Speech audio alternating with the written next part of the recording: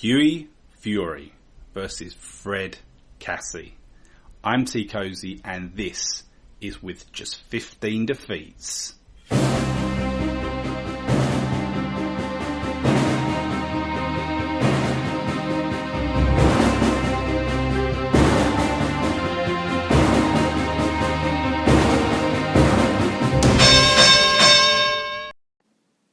T Cozy here, and thanks for joining me for another round of With Just 15 Defeats. So today we're going to have two shows. So in the first show, we're going to be discussing Hughie Fury's victory over Fred Cassie last night, where he won on points following a doctor's intervention.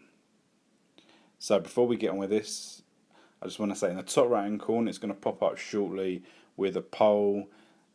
Or you'll see an icon with an eye. Just click on that. So easy, yes or no. We'll think about the question, and then pop down the bottom and leave a comment for me, and I'll get back to you as soon as possible. Do you agree with my thoughts that I'm about to tell you? Do you disagree? Just get involved. So, the Hughie Fury Fred Cassie fight. The first thing to mention is the size differential between the two. It's quite a difference. Hugh was significantly taller, so you could kind of see how the fight was going to map out, the two styles, how they were going to clash. We kind of discussed that in the preview video if you want to go back to that. But for my money, Hughie won all rounds that were participated in. It was fairly comfortable for him. And he kept the distance relatively well due to his good movement. And really, Cassie, all he had was running headfirst in and trying to swing. And we could have guessed that was going to be his strategy. And ultimately, this is how the fight was stopped. But Hughie Fury, he showed some good boxing in this fight. He was popping out the jab, and he mixed that with a variety of kind of mini explosive sessions that had a variety of punches, where he included some okay attempted uppercuts, some good body shots. So that was the story of the fight. Fred Cassie on the outside, trying to rush Hughie Fury, not getting that much joy, to be perfectly honest. Fury was moving fairly well around the ring, showing good movement. But what I liked was his body movement. Now, we talk a lot about foot movement, head movement, but what Hughie's got that not a lot of heavyweights actually have is decent body movement. He's got a good pivot at his waist, and that does allow him to evade the shots. A lot of guys in the heavyweight division, because they're so stiff, they do not have this. It's more of an attribute that you would probably find in a lot of the lighter weight guys, the good boxers. I know we're going to go right to the top here.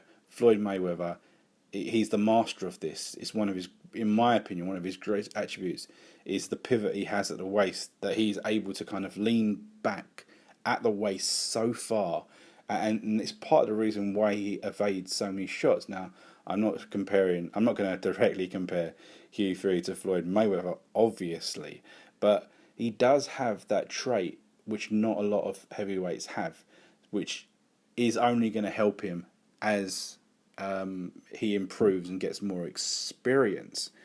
But anyway, as the fight progressed, we got to the sixth round, and there was what they described an accidental headbutt. I noticed it straight away, and I knew that was where the cut had happened.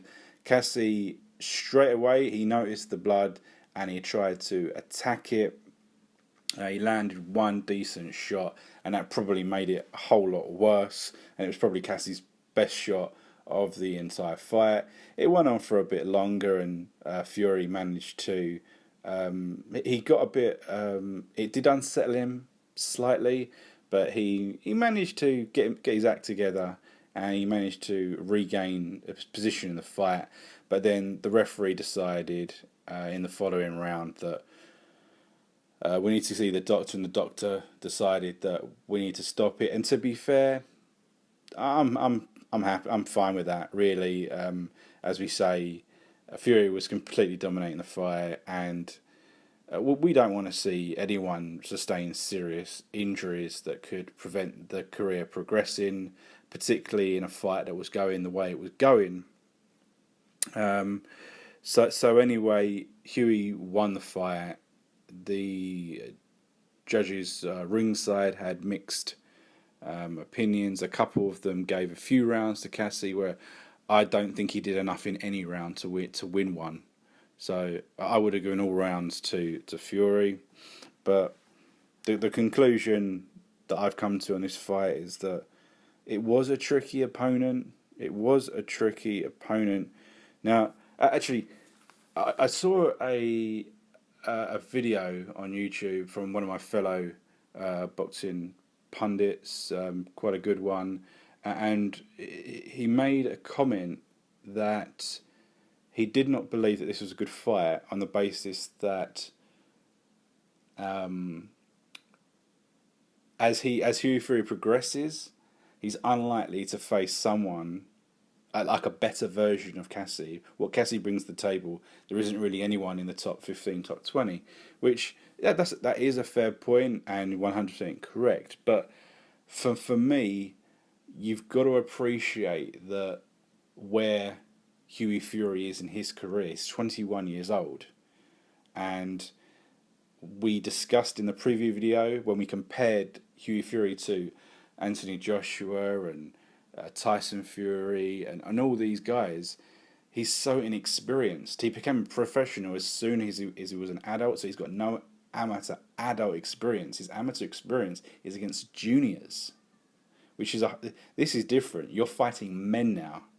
And yes, you could say that Hughie Fury comes from fighting stock and all that, and he's got it in his blood. And he's been fighting since he was a kid. But in ring experience against men is a completely different kettle of fish. So any fight is good experience, regardless of whether you're going to fight someone that's of a similar style. It's learning. It's dealing with different situations, dealing with how you deal with adversity. Now, as soon as I saw that Hughie had the cut, I was kind of semi-open that he would go the distance so we can really see how he deals with an injury, how that affects him mentally throughout the remaining rounds. We didn't get to see it all, but these are all learning things, and we also learned that Hughie Fury is not an exciting fighter. He's not going to be a fan favourite.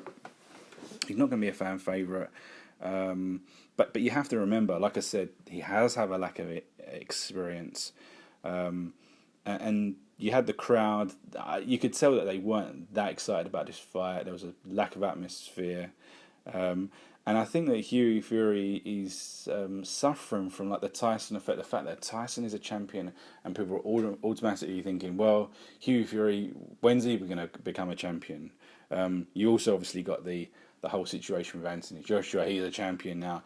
Everyone's expecting these guys to be fight. Everyone's going to be fighting, having exciting fights, but that just isn't the case. And personally, I think Hughie's so far behind. He has the skills. I think he's absolutely brilliant, but he needs to build that experience. And really, I don't know whether putting him in as the main event for this card was a great idea. I think he probably should have been further down the card. They should have worked out another fight to be the main event, or reorganised it, whatever they could do. But moving forward, I don't want to see them rush Hughie, as you can probably understand from what I've been saying for the last 2-3 minutes. I don't think they should rush him. I think they should he should be in the ring with a few more a lower end top 40 guys to keep building that experience. There's no rush. He's 21 years old. We don't need to see him in top 10 fights for the next 18 months. There's just no need for it. No need for it. And like I said in the preview video, you got English, British, Commonwealth, European titles that I think it would be a good idea for him to work through those belts as part of his learning experience over the next 24 months. And then maybe when he hits 23, you got to appreciate he's still growing. So by the time he gets to 23, he's probably going to be a much bigger guy. So he'll be more adept at his craft, and he'll be more accustomed to fighting bigger and better guys. So, well, let's see. Let's see. I don't think Peter Fury is going to rush him, and I hope he doesn't. So, it's a good victory against a tricky opponent. And thanks for watching with just 15 defeats. We'll see you in the next video.